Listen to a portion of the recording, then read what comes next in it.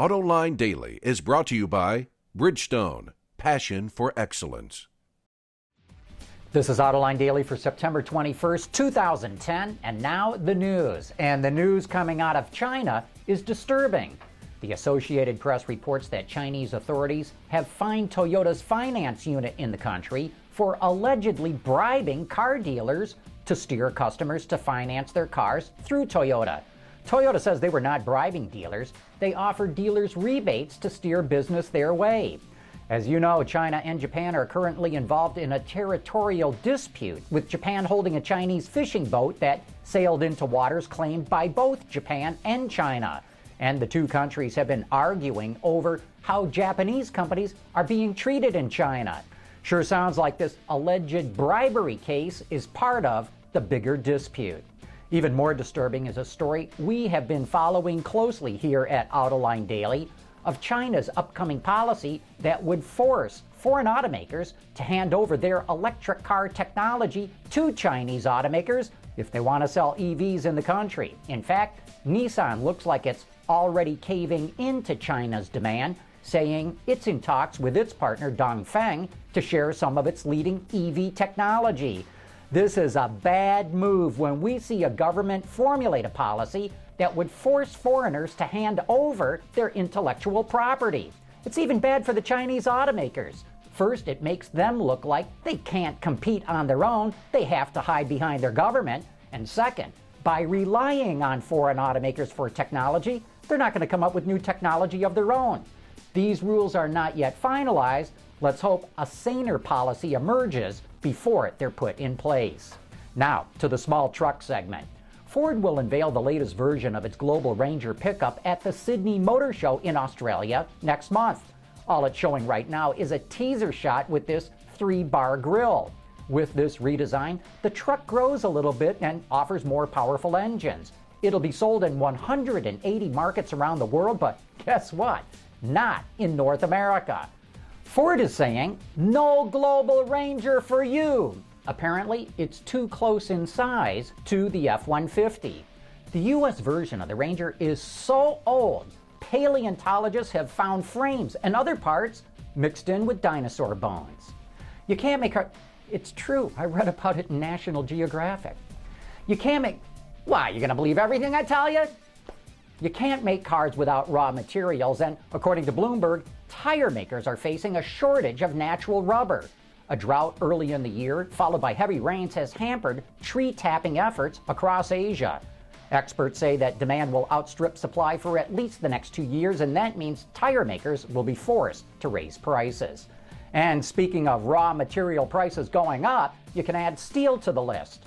According to the Wall Street Journal, the price for certain types of steel have risen recently, anywhere from 1% to 12%, depending on the type and where it is sold. Cutbacks in steel production in China from 3 to 5% to meet government-mandated energy targets are causing prices to go up. China produces nearly half of the world's steel. And you can't run a car unless you've got fuel for it, so India and Brazil are cooperating on promoting the use of biofuels. According to Wards, Brazil's Ministry of Agriculture was recently in India to encourage the country to use ethanol to power vehicles and use sugarcane biogas and residues to generate electricity. The two countries are also considering teaming up to produce biofuels and invest in agriculture. Brazil's delegation also inspected GM's biodiesel program in India. The company is studying the possibility of commercial production of jatropha-based biodiesel and has already test-driven vehicles using the biodiesel without any modifications to the engine. The Jaguar XJ is the newest sedan to come from the company, so what's it like? I'll give you my instant impression right after this. Introducing Bridgestone's third generation of run-flat tires with groundbreaking new Bridgestone technologies. Bridgestone run-flat tires offer improved ride comfort, lower rolling resistance, and improved wear while giving you the peace of mind and comfort you need. The Jaguar XJ is the car that's supposed to get the brand back on its feet, and initial sales are pretty promising. I recently got a chance to test drive one, and here are the pros and cons of the car. Here's my instant impression of the exterior styling of the brand new Jaguar XJ. Of particular note is this chrome mesh grille, very bold, something that's picked up on the lower part of the fascia and flanked on either side with more of the mesh, but in this case not chrome. Bling's good, but maybe not too much of it. What gives the front end this very mean kind of aggressive look is the way they folded the sheet metal over the top edge of the headlamps. Gives it that eagle eye look, something that I like, but here's something that I don't. Look at the poor fit on this hood. It should be down here more. I don't know how it ever got out of the factory looking like that. Of course, as with any proper GT car, this has got giant 20-inch rims on it, and of course, the de rigueur fender vent that seems to be necessary on all luxury cars these days. As you sweep down the side and come to the sail panel or C-pillar, you'll see these different contrasts here. You've got the painted body surface, the chrome accent, this blacked out section of panel that leads onto the backlight. Looks to me like they were trying to get a wraparound look for the glass, but having this blacked out section, I don't know, just doesn't work for my eye.